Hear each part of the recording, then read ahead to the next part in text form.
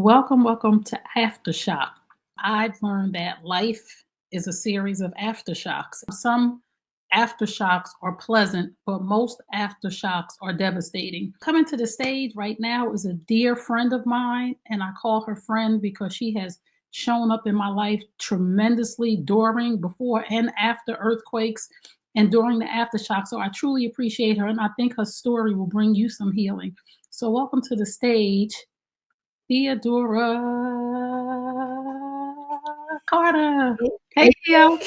We were just talking backstage, and I was just telling you how these aftershocks of life work, right? The earthquake is the main event. And I was just talking to you backstage about how the earthquake was in 2020. You know, I lost my brother to a tragic Yeah. motorcycle accident, and it was unexpected. So that was the event, which leads to these aftershocks for the rest of my life. We all have these events in our lives that are called the earthquakes. So I just want you to Yeah. talk a little bit about the event in your Mhm. life that was a major earthquake. I would say the major earthquake for me was the passing of my dad, right? And most people would think, okay, people lose parents all the time, right? But for me, I walked into his apartment with my aunt and we found him, right, on the floor and he was gone. And I can honestly, to this day, that happened in 2016, Labor Day weekend. I can honestly, to this day, tell you every event. Driving there after someone called to say they hadn't heard from him at church, right? And I spoke to my dad probably like every week, right? And normally, so I was probably just about to call him when I got a call that people at his church hadn't been able to reach him. So mind you, I lived in I want to say northern Jersey, Ramsey, and my dad was in Astoria, Queens. I called my aunt because she had a key to his place. And when I tell you, we arrived at his house at the same time. And she was in Queens. I'm from Jersey. And I just remember everything leading up to like walking in the door, calling 911, the conversation, every first responder came, right? Waiting for the medical examiner, and then just going into the mode of having to plan his funeral and everything because I was the executor of his will, right? And so went from that to planning. I remember calling DC Marshall. Yes. I was like, I got to call my covering. And Yes. sliding down the wall and just saying, I need you to pray, right? I remember Yeah. when the prayer message went out to all of us. Yeah. Yeah. And I remember after everything was done, he was buried. I remember going back and forth to the courthouse because you learn that there's certain things that has to be on the paperwork in order for you to get this done, right? And I remember after like things settled, just sitting on my couch one day and just crying. Wow. Right. And so I will say that, and then after that, a series of events, right? So then I want to say the next year, my uncle unexpectedly got sick. Next, you know, he's in the hospital. We think he's getting better. He passes. And this was like a second dad to me, right? My aunt's husband. Then after that, my aunt, who I spent every summer with. She had 8 kids. I was her 9th kid every summer, holidays, whatever, right? And then I remember the breakup. You remember the breakup, right? Yes. Let me stop you for 1 second. Mm-hmm. You said something that I know that this is an aftershock for you. Mm-hmm. You said you remember it was Labor Day weekend. Mm-hmm. How is Labor Day for you now? I will honestly tell you, there are times that I forget. Like when Labor Day weekend comes up, and people are like, "Oh, what are you doing for the weekend?" I kind of subconsciously like block it out, right? Like, and then I normally will like be like, "Okay, I'm gonna participate," but it's a reminder, right? And so, you know, I've come up with ways to cope, right? And so my dad loved ice cream. So usually around Labor Day weekend, his birthday, Father's Day, I go somewhere I get some ice cream and I just sit silently and I'm having ice cream with my dad. Wow. Right. But yeah, Labor Day weekend is, I guess people would say it's a trigger, but I can't even say that because I kind of like when the weekend comes around, it's just another day now. It's not something where like, oh, people like, oh, what are you doing? Like, where you going? I'm like, wherever I end up, right? Because it's a reminder, like that weekend, it just reminds me of everything that happened. Because the other side of it is I was daddy girl. And my dad, my dad Yeah. my everything, right? And so I had envisioned in my head that when it was his time, I was gonna be sitting by his bedside. I was gonna be holding his hand, right? I was gonna be, there. And so the way it happened was like, oh my God, like, is this for real?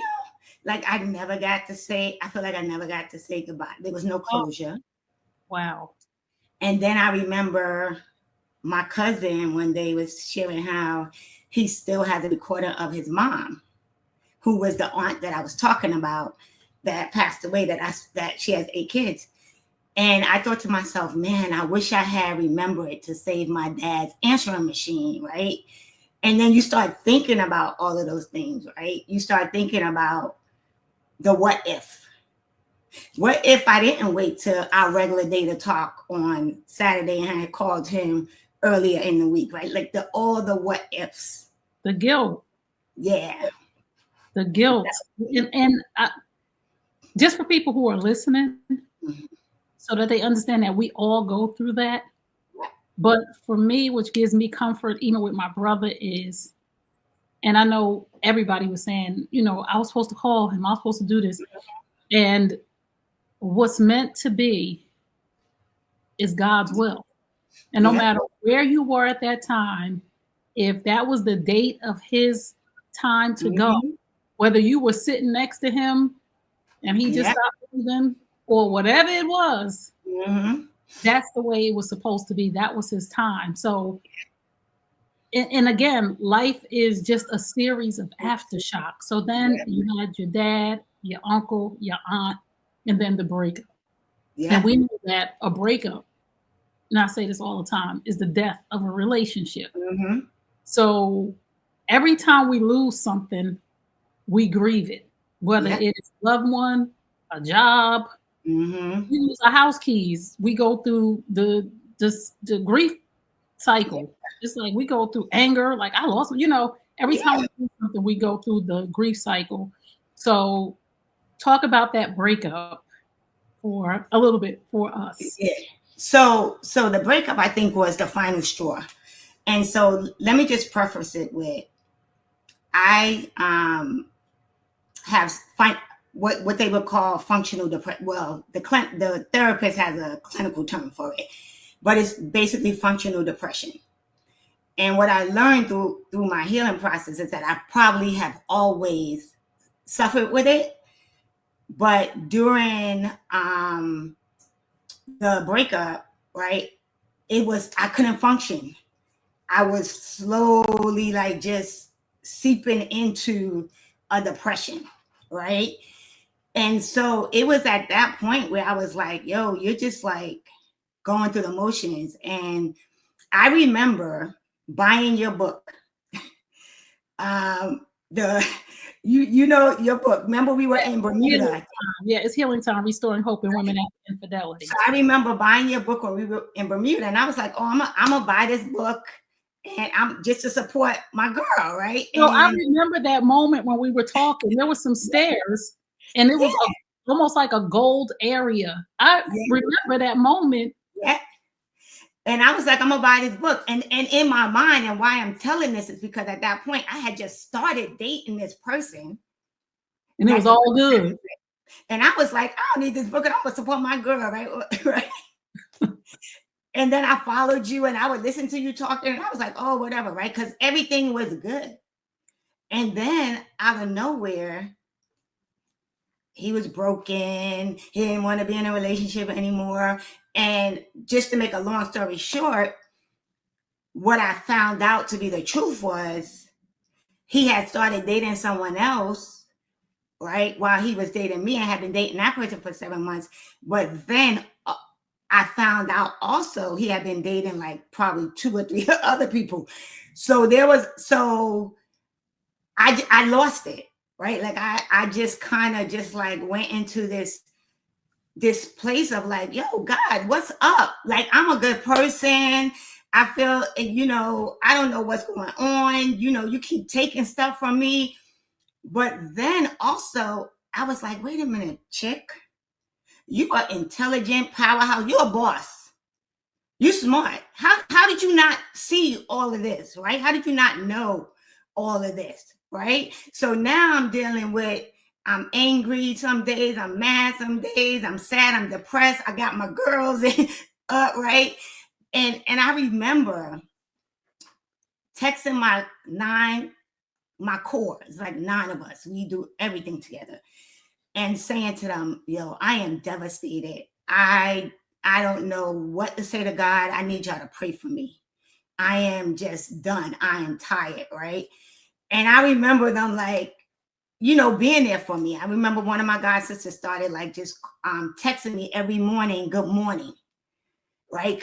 So now I wouldn't miss that good morning call text I used to get, right? So the good morning call is an aftershock. Yep.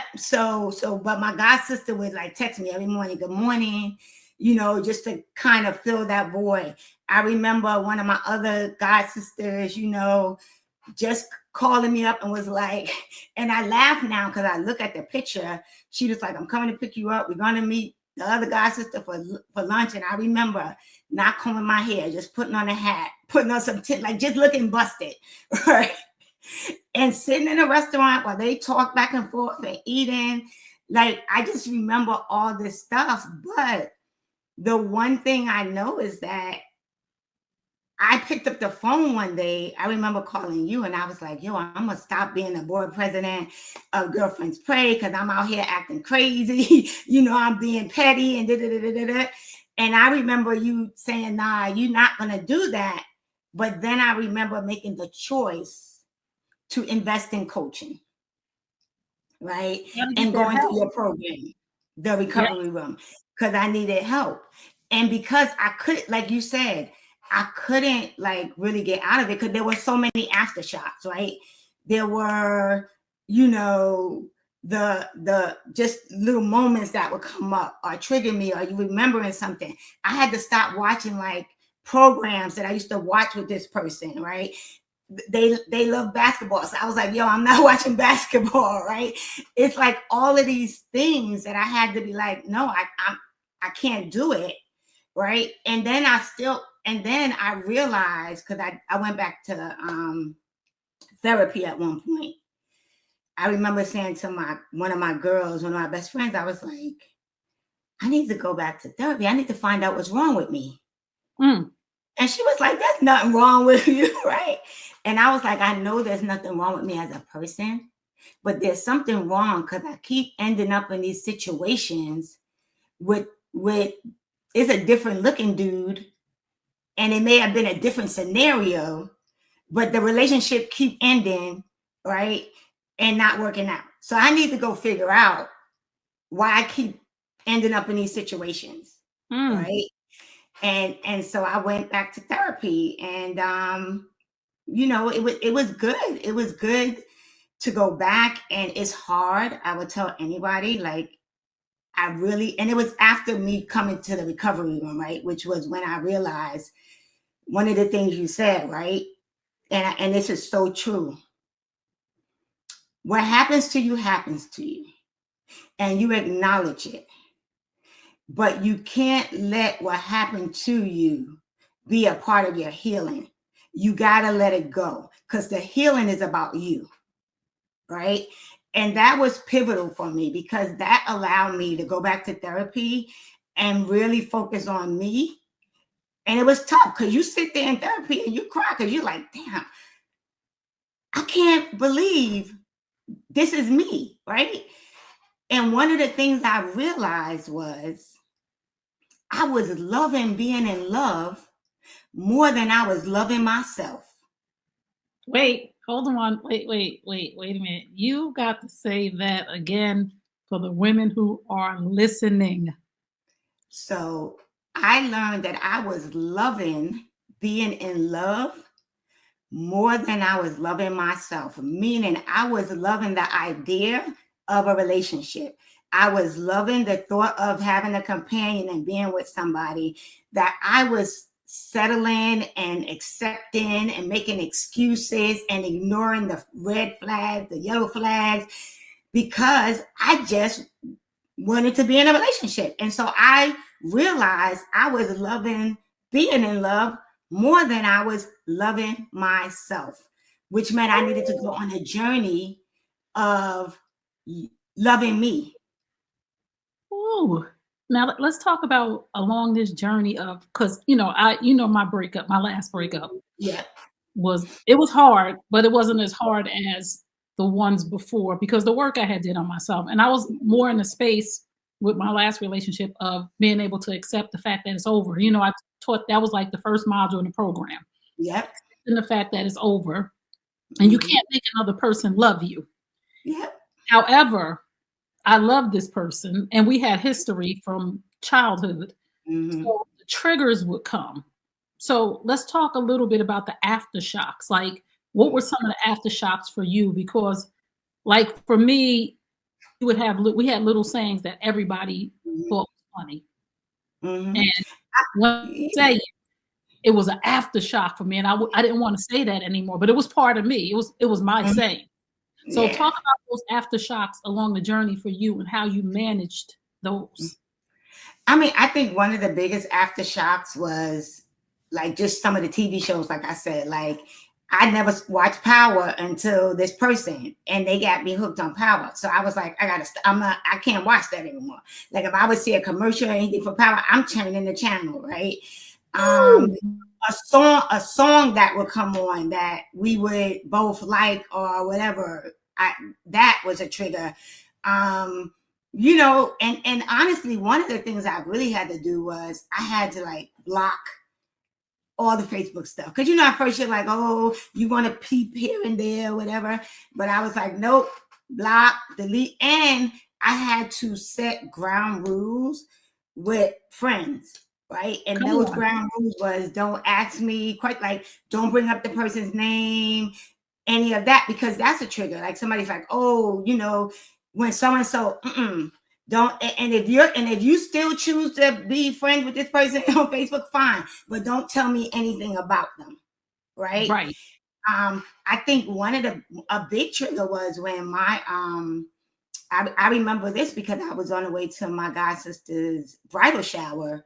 And I don't know if I saw something or somebody told me like he got married because the woman he had started dating, seven Girl. and dating, right?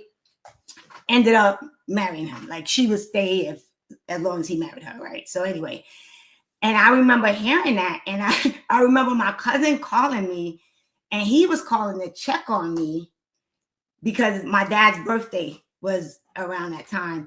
And I remember hearing that they got married. And at this point, I had been in therapy. I was like kind of moving through it. But that took me back because that took me back to how did you end up in this space? Like, how did this happen Aftershock. to you? Right? Because the It was, yeah, earthquake it is was. the main event. The earthquake Yeah, you think is hard, but it's yeah, those series of aftershocks, those unexpected little tremors that upset yeah. your life. Yeah, go ahead. It's those little things that is a reminder, even if you're over the person, right? Right. It's those little things that remind you, and it's not so much that you want to be with the person, but for me, it was a reminder of how'd you how'd you not know? Like I got tired of telling the story because every time I told the story, I was like, people must be like, what the hell is wrong with her? Excuse my language, how did No, she not know that he was dating three other people? Right? What bubble was she in? But for me, if I'm in a relationship with you, I'm gonna trust you until you give me a reason not to. He never really gave me a reason because I could go to his house anytime I wanted to, right? I didn't have to call first, right? I lived So with mine, girl. I lived with mine. And right. he So went and married somebody else. Yeah. And so it's like I'm not one of those women who I'm checking, because if I gotta check your phone or I gotta be whatever, I'm not doing that. So I'm like, okay, if you tell me these are friends, like the people on Facebook, they're your friends, they're your friends. If You, we don't post ourselves on Facebook, that's fine, because I don't do that anyway. I've never in any relationship have to have myself plastered all over the social media with my boo. I know you, my boo. I don't need everybody else to know it, right? And so I think those are some of the aftershocks, because sometimes, just like honestly, and this is going to be mad funny, like if I see somebody and they have the person's same name, I'll be like literally, I'll be like, what am I gonna do if I meet somebody and they got the name? I'm gonna have to be like, yo, can I call you by your nick? Can we use your middle name? we starting it. And Right? you know what, Theo? That was one of the main things that really hurt me was this person tried to, well, we won't talk about my last, but the one before him, Mm-hmm. he made me doubt the chooser. Yep. I didn't trust the chooser. I didn't trust me to make decisions because he messed with my trust muscle. Mm-hmm. So the the last one I was with, it really hurt me because I trusted him 100%.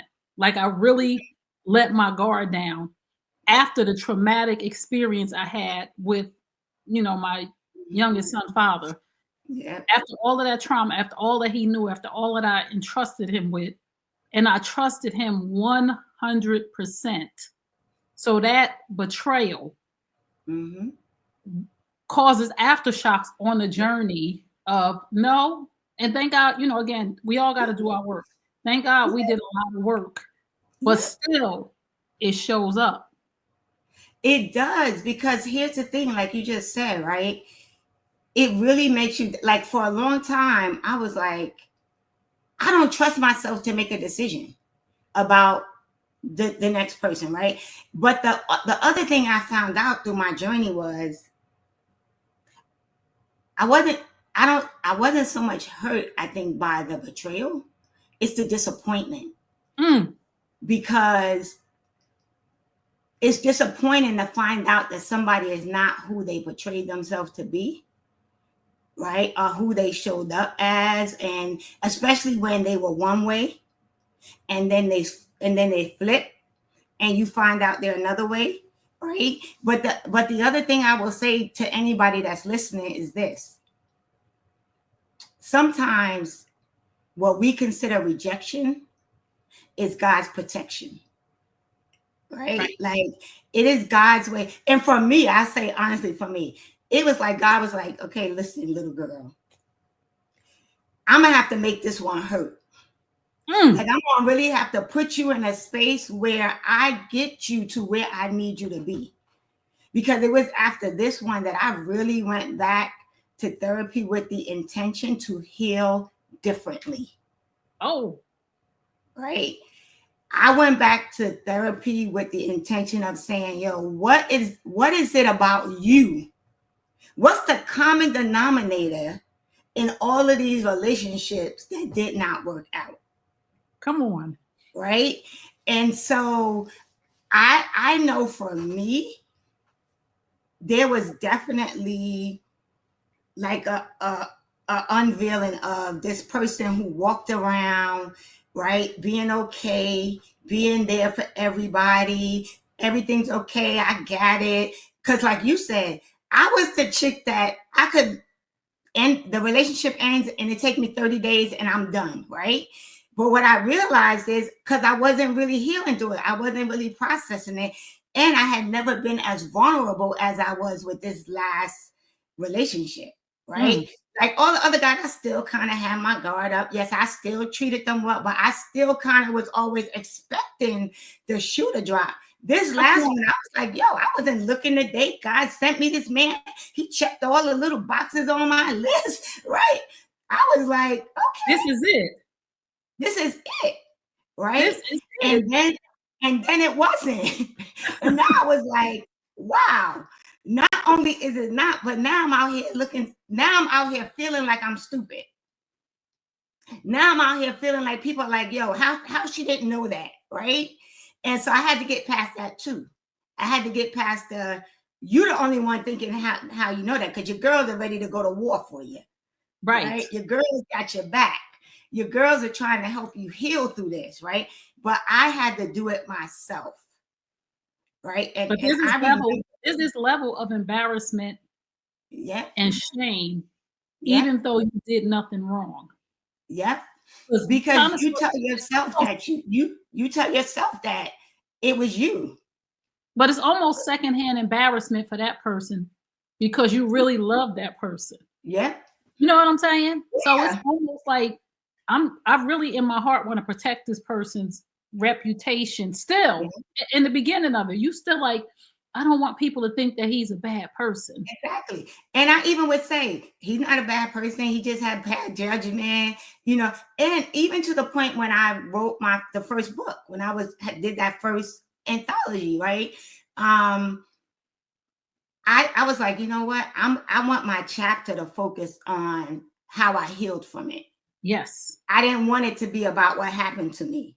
Yes. And then I realized it really was because I wanted to focus on my healing, but I also realized it really was about me. Like you said, I'm not trying to throw this person out there. I'm not trying. You see right now, I don't even say his name, right?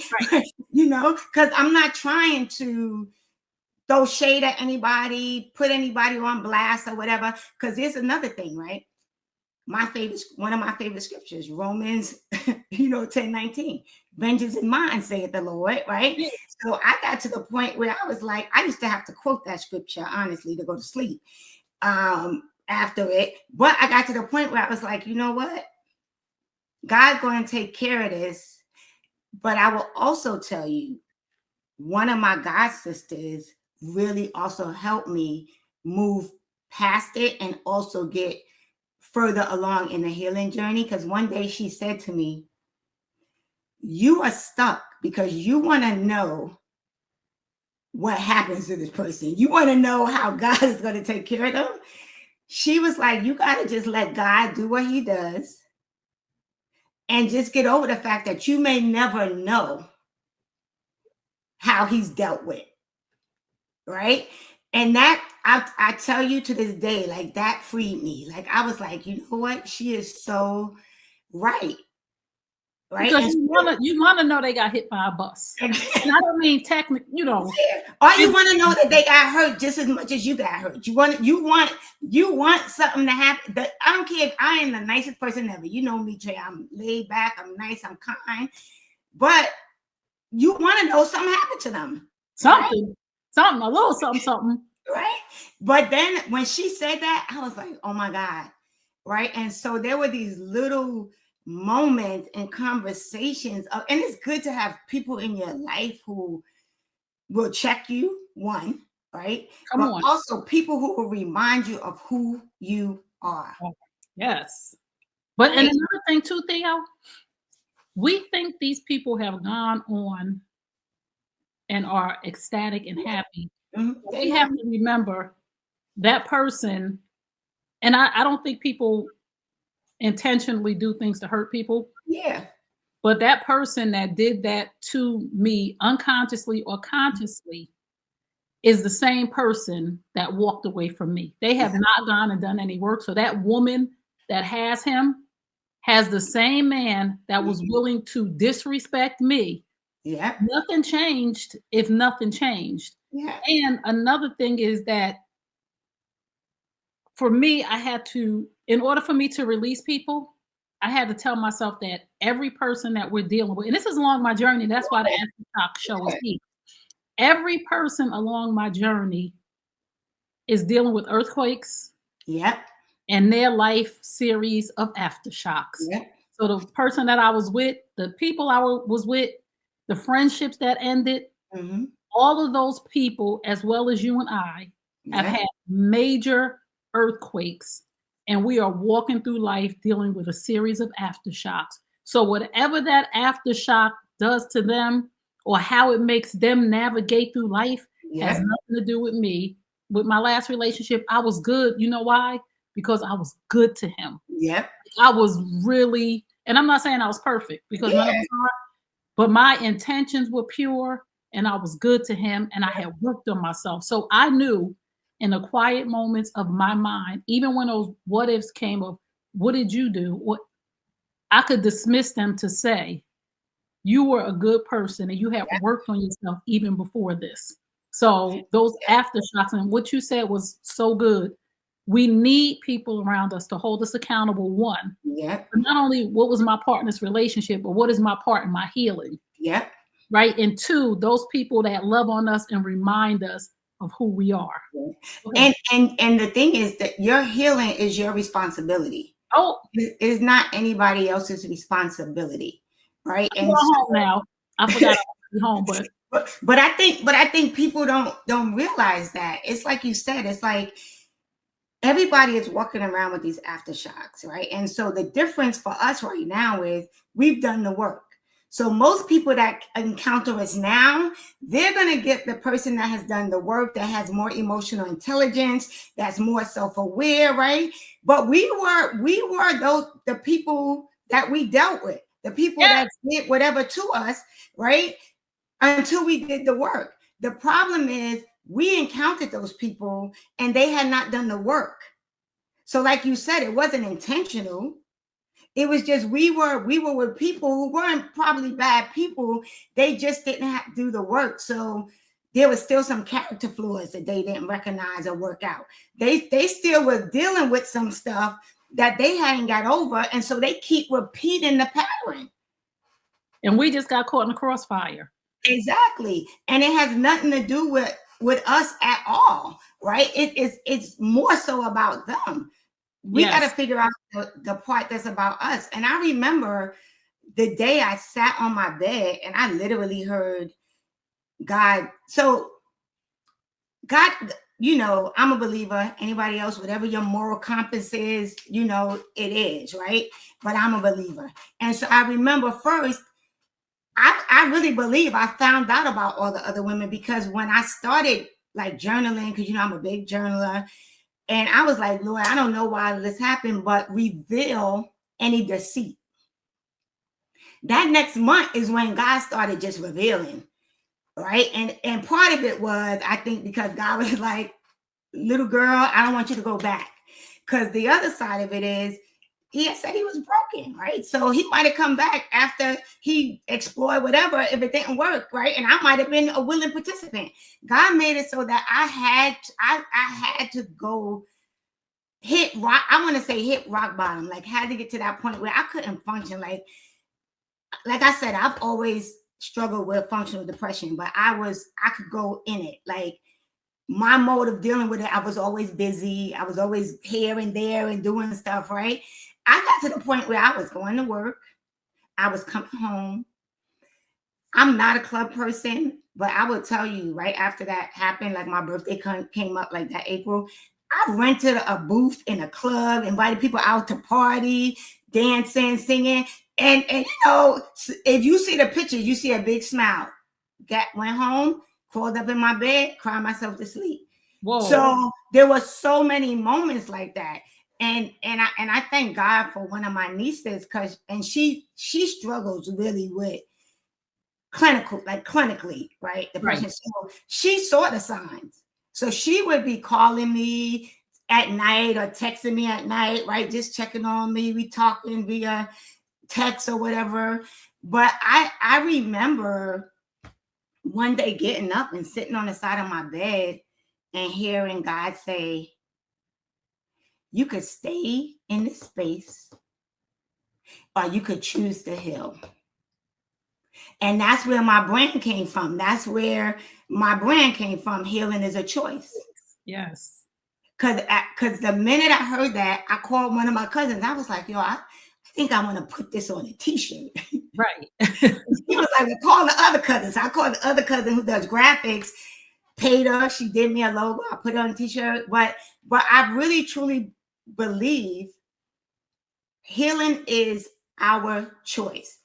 And I'm going to say this, and I'm going to preface this.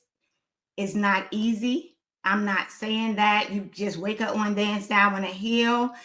But you really do have to make a conscious decision to want to heal, but it's work. Yes. And let me ask you this. Let It me is just work. ask you this. If you could say one thing to this person Mhm. right now, just on this journey, because again, we didn't get closure. The closure that we gave ourselves closure, which is a superpower when you Yeah. can give yourself, but we didn't get the proper closure from these people Mhm. at all. Mine went dead silent. I haven't heard from him. I literally have not heard from him in 5 years. Mhm. Crazy to me because Same with me. you know the history of us growing up Yeah. though. Yeah. I know that. So that's kind of crazy. Brothers. So, what would you say to your ex if you could just say one thing? Honestly, I probably would say thank you. Oh, And I probably would say thank you because one, for the time that he was my ex during the good times, it was good. We had fun. He never disrespected me as far as in a right. relationship, right? Um, he never, talked back down to me or mistreated me, right? Any of that. But why I would say thank you is because he put me in a space where I grew. Oh,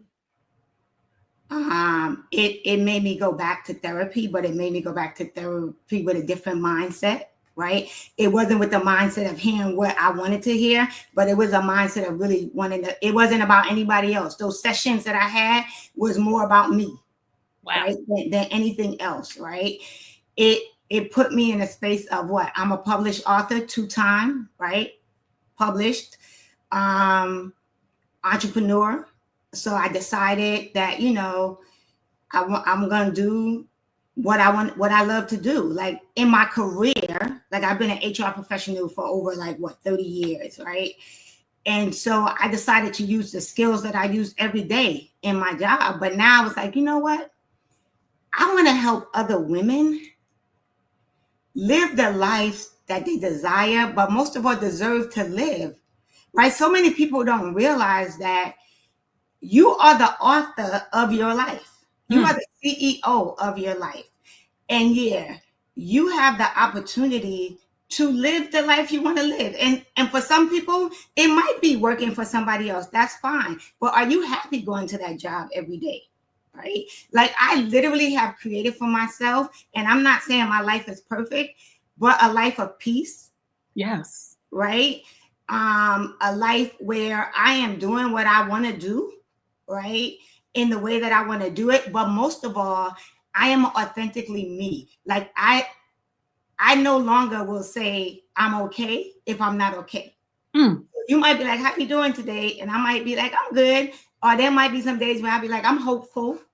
right. Or I'm not too good. I don't really have the energy for you Oh, today, right? Whereas before, I'm always trying to make time for people, always putting my listening. Now I don't have a problem saying, you know what, today is not a good day for me. I'm not feeling that good today, right? I am okay with letting people know that I'm not okay. I am okay with letting people know I have insecurities, right? I am okay with letting people know that I'm not where I probably thought I would be in life, but I'm cool with where I'm at, right? I'm gonna be 59 at the end of this month, girl, you look good. right? And so I'm like, God has blessed me to not only live this long, but God has blessed me to do things that I could have never imagined doing, right? Yes. Like writing a book. I remember telling one of my best friends when I started my business and him saying, oh, you finally did that? And I'm like, what are you talking about? He remembered me telling him years ago when I first started working, we met at this job that I had, how I wanted to one day have my own business. I didn't even remember that because this is what I'm gonna say to people that's listening. Sometimes I got so caught up in my career because I was good at it and I was thriving. I went from an administrative assistant to an executive, right? I was climbing, I'm good at what I do. I'm an expert in my field, right? I know my craft, but I got so comfortable in that space. And I got so comfortable with that bi-weekly paycheck, right? That part. That I forgot about my dream of being a business owner, right? And so now, I'm growing my business. I still have a 9 to 5, but now that supports me in doing what I really want to do, right?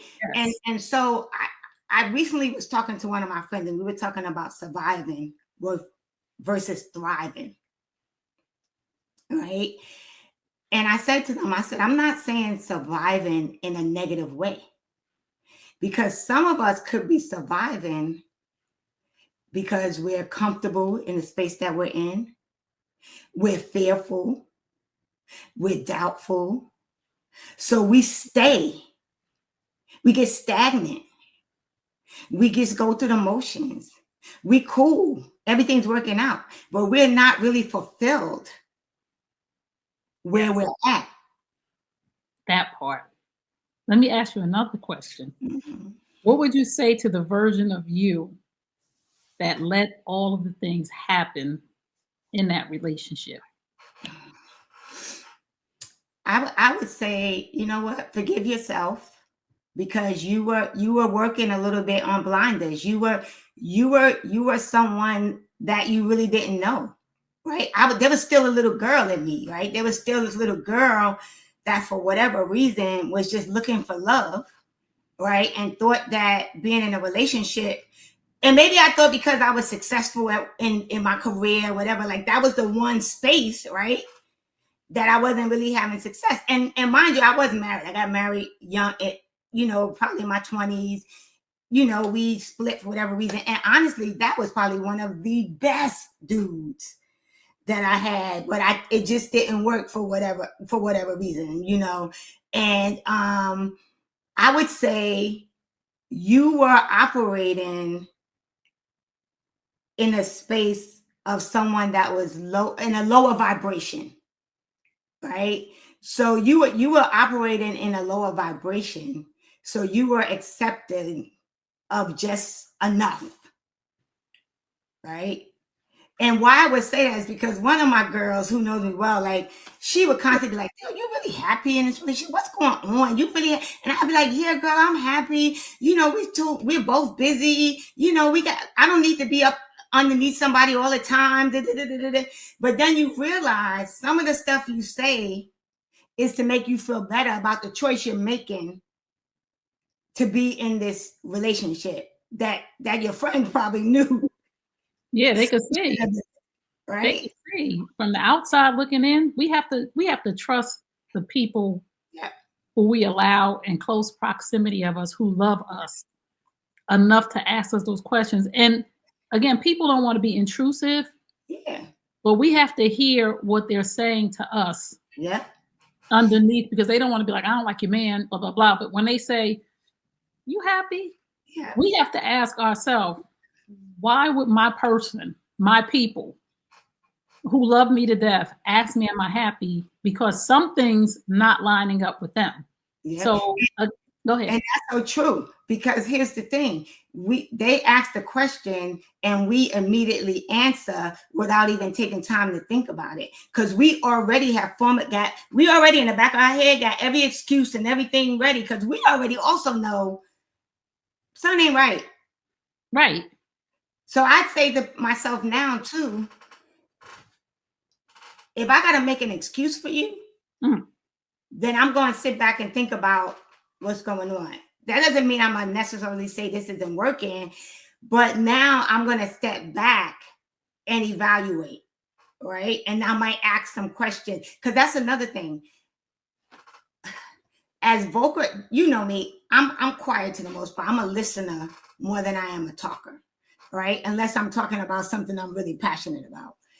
And I noticed as I was going through my healing journey, one of the things that I realized is I would not say certain things or ask certain questions because you're like, "Oh, I don't want to ask them that because what if they feel this way?" Or like I was more concerned about them than I was concerned about me. So I was stopping myself from really either asking questions or saying what was really on my mind or whatever, because I'm trying to, again, hold on to this relationship.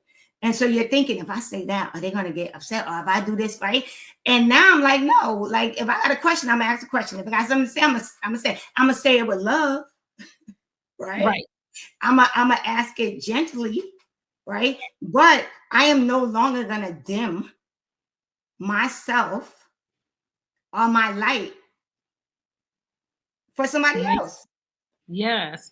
What would you say to somebody who the earthquake just happened, like the ground is opened up on them, relationship wise, losing a loved one, but the ground has just, when an earthquake hit, everybody is like, oh my God, what is that? Like, what would you say to someone in your shoes back then? Back then, I would say, um, find that one person, because there's always that one person in your crew that you could tell everything to, right? And I have a couple of them, but my cousin, male cousin, is like my brother. He's one that I could call and be like, yo, this just happened. Because I remember even with that breakup, I happened to call him. And it's funny how God works, because he was like, yo, I'm at a gig, because he's a musician, but I'm close to where you are. So when I leave, I'm going to come by, right? So find that person that you're comfortable sharing your heart with, right? I would say that. I would say be gentle with yourself, right? It's okay if you need to step back and isolate, but don't stay there. Do not stay there, right? I mean, I am so grateful that I literally said to my girls, I need y'all to pray for me. I don't really know. Like I'm devastated right now. Like and it was great, because there was one that was like, girl, you the bomb. What you worried about? This gonna pass, right? And I was like, yo, I love that, right? Because who she thinks I am. But then the others were like, we got you, right? And not that she didn't have me, but they had me in the space that I was in, so they were able to help me kind of get out of it, but they gave me the space to do it. So if I needed to talk, they were there to talk. If like I said, one would text me, every day. The others would, maybe call me or text me. So I would say, find that one person that you feel you can trust. And if you don't have that one, then go to therapy. Like I would say, go to therapy. Like, trust me, therapists are here for a reason. Like, I will honestly, I am still in therapy, and people be like, why? Because now it's preventative care. Mm. It is the way I take care of my physical health, like go to my regular dentist appointments and GYN appointments and doctor's appointment. I now do that for my mind. Mm. So every month I meet with a therapist. And that is funny, because last month my therapist was like, so do you want to go to every other month? Do you want to go to every quarter? Because you fine. I said, nope. I said, because we don't know how I'm going to be next month. Or I don't know what earthquake is going to hit. Exactly. Or what aftershock. And exactly. I don't know. Because here's the thing. We are always healing. So even though, and that's why I say healing is a choice, because we are always healing. So you have to make a conscious decision to figure out, how am I going to heal from this? Because depending on what's happening, you heal differently. How I had to heal from losing my dad and my uncle and my aunt is different than how I had to heal from a relationship. How you have to heal from losing a job is different from how you heal from a relationship or losing a loved one. So depending on what you're healing from, you got to figure out and be intentional about what you're going to do and what you need, right, to heal from that. Yes. And again, every event in our life is an earthquake. Yep. And even if you're getting ready to get married, Yeah. that is an earthquake. And during your marriage, There are going to be aftershocks Yeah. because you're going to find out sometimes you don't like your wife, or sometimes you don't like your husband, or finances are going to Mm-hmm. disrupt your marriage. These are the aftershocks of the good earthquakes, Yeah. right? The good things that shake your life, like you planning a wedding and all of this other Yeah. stuff. And then all of a sudden you lose your mother. Yeah. This is the aftershock that's going to rock your marriage because now you and your husband have to come together. Or I'm still dealing with the aftershocks of my divorce, of me committing adultery. It's still going to show up forever in my life because I still have to deal with my ex-husband because we have children together. Yeah. So every time something comes up, I have to constantly be aware of the enemy coming in my head saying, if you would not have done that 20 years ago, they wouldn't have step grandparents, or Mm. it would be you and somebody else going to the baby shower or the wedding. It wouldn't be two mothers sitting up there. So I have to be conscious of those aftershocks of me beating myself up when things show up from the past. Like, even like you said, your dad dying. Yeah. You don't know what's going to cause an aftershock. Yeah. Like something happening to you, the first thing you want to do is call your dad. He's not here. That's an aftershock. You know, so we're all going through earthquakes and aftershocks Every day. every single day. And saying that, my dad, there are two. I mean, I love everybody that calls me, but there are two people that call me consistently on my birthday, same time. My dad and my older sister, who is 11 years older than me, right? And so the first birthday, that phone call is not coming. So the phone call from my sister was so important, right? Because that other phone call wasn't coming, Ain't right? never coming again. It's not coming again, right? And so it's so true that you have to figure out how you're going to navigate, right? And the other side of it is when it comes to, like you said, like you saying, the committing adultery, right? You've done the work, you've talked about it. So when anybody tell you a story, you already told it, right?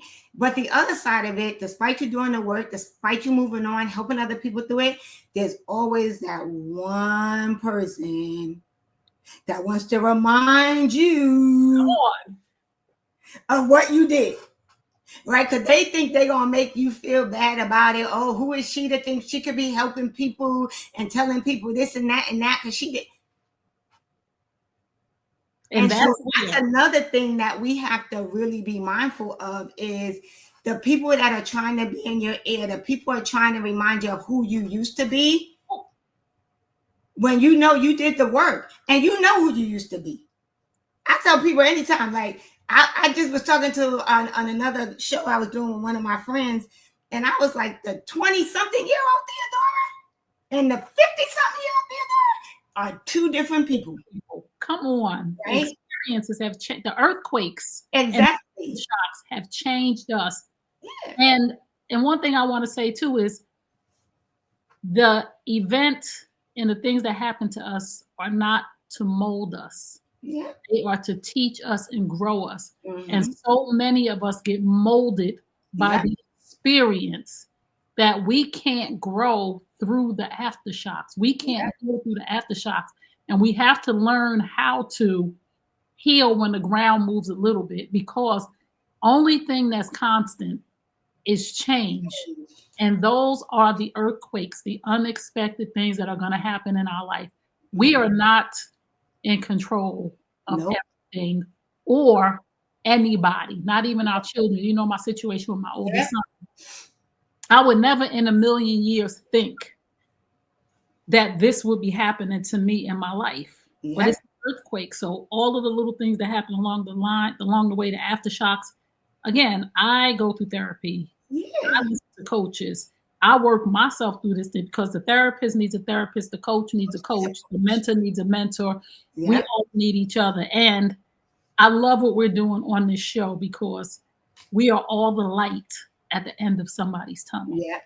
So go ahead. Because the other thing I would say is also we get so caught up in the shame Mm. that I talked about before that it also keeps you stuck. Because if we had said, I don't want to tell my story because I'm ashamed and because I don't, what are people going to say? What are people going to think? Right? We wouldn't be able, because there's somebody that's going to listen to this and they're going to resonate with you and they're going to resonate with me and they're going to be like, oh, right. But if we had chosen to not share our stories, right? We wouldn't even be here with We each wouldn't other. be here. We wouldn't be on the New You Nation Network. We wouldn't be published authors, right? We wouldn't be building our own businesses. We wouldn't be doing any of that if we would allow what people are going to think keep us. And so that's the other thing I would say to people. There is purpose in your pain. The earthquakes that you go through, the aftershocks that you have, there is purpose in that. And the purpose is your story is going to resonate with somebody else. And why I say that is because I remember the first book, right? My chapter, I wrote about my dad, right? And I remember one of my co-authors, her someone that she knows reaching out saying my story resonated with them because they had experienced what I had experienced with my father, but they never really shared with anybody what happened. And it made them think about opening up, right? Because I'm not the only person that walked into a room or a house or someone and found their person, right? I'm just the only person that acknowledged that. It almost took me out. Like, I was like, yo, what's going on? Like, I can't call him anymore. Like, I can't, like, he's not calling me to say, hey, I need help with fixing my cell phone. And I'm like, yo, daddy, I'm not AT&T, right? I can't, like, it's like, I can, and my dad was my person. Like, we all have that parent that we have that bond with, right? That was my dad, right? And I'm the youngest, right? I was the youngest out of his four kids, right? And so for me, that was like, yo, like you said, there are times when I want to be like, I gotta tell my dad this, right? And the good thing is that I have good relationships with a lot of my cousins, but my aunt, like my dad had 3 siblings, and now just the 2 sisters are left. But it's great because now they're an extension of him, so I could call my aunts, right, and I can just talk to them, and I can hear their voice, and they're hilarious. One's 97, one's 100, right? And so, it's just like hilarious, talking with them. But I think the main thing is, like, one of the things you said, we have to learn how to manage the aftershocks. Yes. Because they're going to come, right? For me, the aftershocks happen in July. And July, not only because it's my dad's birthday, but I also lost my godbrother in July, right? And then one of his really good friends who was like a brother to me, right? So in July, there are times when I'm not even sure why my mood is off. And then I realize, yo, there were some significant things that happened. And so I got to shift, right? I gotta figure out how am I gonna manage this. Then there's Father's Day. And then there is Thanksgiving and Christmas, because all of those holidays, I made sure I was with my dad, right? And so you learn, okay, how am I going to do it? Just like I said earlier, for me, sometimes I'm just going to go have ice cream with my dad. I'm going to go get me some ice cream. I'm going to sit down and I'm going to just think about him and have my own little private conversation with him. I am mindful of, I don't really post much on social media, like, how people do like happy heavenly birthday. I don't do that because the responses are more aftershock. So I just like, you know what, it's cool, right? you know, even just like the relationship thing. Like I'm now thinking about, you know, dating again, but I'm like, in this whole new world, how does that happen? Right? Right. Because how do you meet people, right? And then I picked up and moved from New Jersey to North Carolina, right? So I'm in a whole new state, and you know, just, you know, meeting people and stuff. But I think the one thing that people need to be mindful of is life is a journey of good and bad, not so bad, not so good. But how we navigate it is going to really be important to how we show up, not only for ourselves, but for other people. And so that's why I'm really intentional. Now, anybody that knows me, they laugh. Like, I am intentional about how I live now. Right? That is so, so good. That is so good. So we thank you guys so much for tuning into Aftershock. I have to say thank you to Theodora Carter. I would love for you to follow her at Theodora Carter 428 on Instagram. Let them know where they can find your book. Let them know where they can find your coaching services, and let them know how you can just support them. So I am at Theodora Carter 428 on Instagram and on Facebook. If you go to both of those places, you click on my link tree, you will have access to everything: my merchandise, my t-shirts, sweatshirts, my books, and my coaching services. And how I support women is really by helping them navigate life with intention. And so one of the things I will say to anybody that works with me, the first couple of sessions are going to be tough, because the first thing we're going to explore is your identity. Who are you without all the titles, without being a mother, a sister, a daughter, an executive? Like, who are you at your core? And so that's where I start, because that's where I had to start with myself as I was exploring this healing journey. Because like I said, you know, and now I can say it, I wasn't this person before. I'm a boss. I went from an administrative assistant to an executive level, but I was so tied up in being the executive, right? Being the, you know, brilliant HR person, right? Or expert, that I forgot to figure out who I am, what makes me tick, right? What brings me joy, and what is the vision for my life? Because honestly, the vision for my life wasn't really to be working for somebody for this amount of time. The vision for my life at some point was to have my own business, right? But I forgot that along the way. So I help women figure out what it is that they really want to do, whether it's work for someone else or work for yourself, but you got to do that in a way that you feel fulfilled. And so that's what I do. Thank you so much, Theo. Just remember, life is a series of aftershocks, and all you have to do is learn how to manage them. I thank you so much for tuning into Aftershock. My name is Trey Kearney. I'm a certified life and relationship coach. You can find me at www.treykearney.com. You can follow me on Instagram at Trey Kearney. I am all things Trey Kearney, TrayKearney. The earthquake may have shook you, but you are never completely shaken.